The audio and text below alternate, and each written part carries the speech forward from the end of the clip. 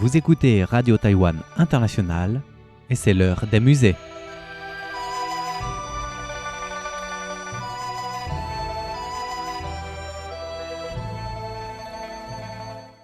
Chers amis francophones, ni hao ma, heureuse de vous retrouver sur les ondes de Radio Taïwan International. Vous écoutez l'heure des musées, une émission consacrée à l'art et à la culture chinoise. À la fin de notre précédente rencontre, nous avons non seulement participé à la chasse impériale au parc Mulan, mais avons également admiré une variété de spectacles en compagnie des empereurs du Qing. Passe l'automne, vienne l'hiver, chantait Serge Gainsbourg. Et c'est bien l'hiver qui s'annonce. L'hiver marque l'ultime saison de l'année. Les textes anciens nous enseignent que c'est une période d'achèvement, un temps de retrait pour toute chose. La nature, à l'instar des activités humaines, ralentit son rythme en attendant le renouveau de la nouvelle année. Déjà le vent du nord se fait ressentir et nos chers empereurs ont sans doute sorti leurs chauds habits hivernaux au fond de leur commode. Image 1. Statue illustrée approuvée par l'empereur du Grand Qing. Dans la cour Qing, l'hiver commençait avec le changement des robes. L'empereur portait deux types de robes de fourrure, l'une de la mi-septembre jusqu'à la fête des lanternes et une autre à partir du 11e mois lunaire. Image 2. Tenue de cour hivernale de l'empereur Gaozong Qianlong de la dynastie Qing. Collection musée du Palais Beijing. L'exemple présenté dans l'image 2 nous donne une idée de la tenue de cour hivernale de l'empereur Qianlong. On observe que la couleur utilisée est le jaune impérial éclatant, le bleu étant réservé au hôtel du ciel et des moissons. Le col de la jupe sont doublés de zipelines violettes, les bords des manches de zipelines fumées. Des dragons impériaux brodés ornent les deux épaules, ainsi que l'avant et l'arrière de la robe. 6 dragons en mouvement sont brodés sur les plis.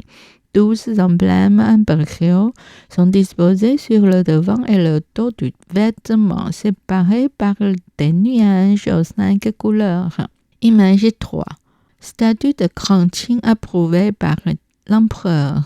Sous la dynastie Qing, la récolte de glace en hiver assurait les provisions pour l'été. La cour commençait à couper et à stocker la glace 2 semaines après le solstice d'hiver. Les caves ainsi remplies rafraîchissaient le palais, conservaient les aliments et les offrandes et offraient un soulagement à la chaleur estivale aux fonctionnaires de la cour et à la famille impériale. Image 4. Histoire supplémentaire du palais de la dynastie actuelle.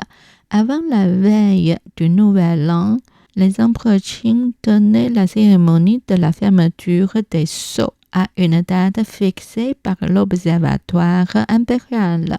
Toutes les fonctions officielles et les sceaux gouvernementaux étaient suspendus jusqu'après la fête des lanternes, date à laquelle l'observatoire désignait un jour pour la réouverture des sceaux et la reprise du travail. L'empereur Kangxi établit la tradition d'écrire le caractère Fu, signifiant fortune ou bonheur, durant le Nouvel An et d'offrir cette calligraphie aux fonctionnaires et aux courtisans. Cette pratique devint ensuite normalisée et se tenait le premier jour du dernier mois lunaire. Image 5. Mémoire palatiale concernant la réception de présents impériaux.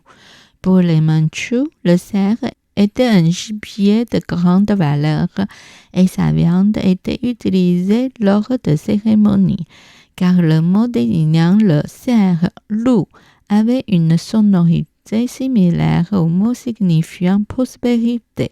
Après la conquête de la Chine par les Qing, recevoir du Vénézuela impérial devint un symbole de statut. Recevoir à la fois la calligraphie floue de l'empereur et du Vénézuela représentait la double bénédiction de la fortune et de la prospérité. À partir du règne de Jiaqing, les empereurs ajoutèrent souvent le caractère longévité, shou à fou, incluant parfois même des caractères auspicieux comme dragon, lion, tigre, roux et joie, xi. Image 6. Vase, zun à 11 et décor de Sancerre en émaux peints, yang cai. Il s'agit d'un porcelaine à corps mince, à bouche droite, col court, orné de deux anses en forme de chimère, épaules obliques, pinces arrondies et pieds circulaires évasés. L'ensemble est recouvert d'un émail blanc. La paroi extérieure est peinte en émaux de diverses couleurs représentant des paysages de montagnes et d'eau, des groupes de cerfs, des cyprès, des pêchers et des lignes champignons d'immortalité. Le bord du pied laisse apparaître la porcelaine brute de couleur blanche. La base est recouverte d'un émail blanc avec une inscription en bleu sous couverte. En 6 caractères sigillaires sur 3 rangs, fabriqués sous le règne de Qianlong de la grande dynastie Qing. Cet objet est appelé vase au Sancerre en raison du décor peint sur la base. Le mot serre, loup, ayant une homophonie avec le mot salaire ou prospérité, loup. Il possède une signification auspicieuse. Image 7. Chevreuil auspicieux peint par Lang Shining. Le rôle de Lang Shining de son nom italien original Giuseppe Castiglione dans la peinture à la cour Qing était souvent lié à celui de consigner des événements. Le cerf blanc représenté dans cette peinture est formellement connu sous le nom de chevreuil, une espèce de petit cervidé que l'on trouve en Eurasie. Plus petit qu'un cerf tacheté, ses pattes avant sont plus courtes que ses pattes arrière. Avec des oreilles et des yeux légèrement grands, il est connu pour sa nature docile. Cette peinture a été réalisée en 1751 lors de la chasse impériale d'automne pour immortaliser un chevreuil offert en tribut par les Mongols.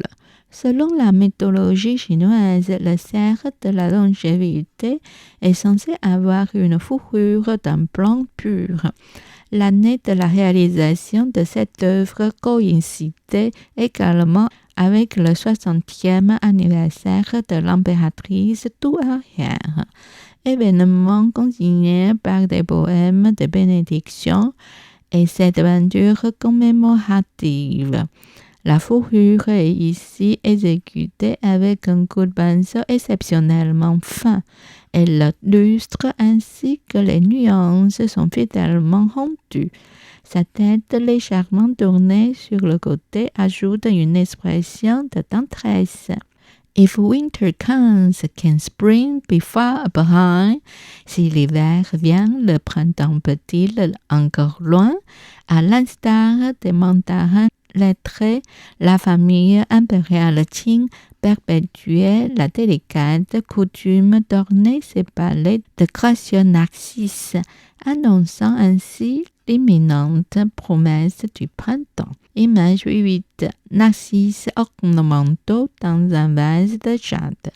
La fleur de narcisse marque la 3e pentade du petit froid dans le système des 24 messagers floraux du vent. Ce 4 calendrier chinois traditionnel s'étendant du petit froid à la pluie de céréales associait des floraisons spécifiques à chacune des 24 pentades saisonnières. Encore à l'approche du Nouvel An, les fleurs de narcisse servaient fréquemment d'offrandes pures dans les arrangements saisonniers. C'est donc dans le délicat parfum de Narcisse que s'achève notre exploration des célébrations du temps cyclique dans la Chine ancienne. La semaine prochaine, une nouvelle série tout aussi originale et captivante nous promet de riches découvertes. En attendant, passez une excellente semaine. C'était l'heure des musées, une émission réalisée et animée par votre ami Miao Yonghua sur les ondes de Radio Taïwan Internationale.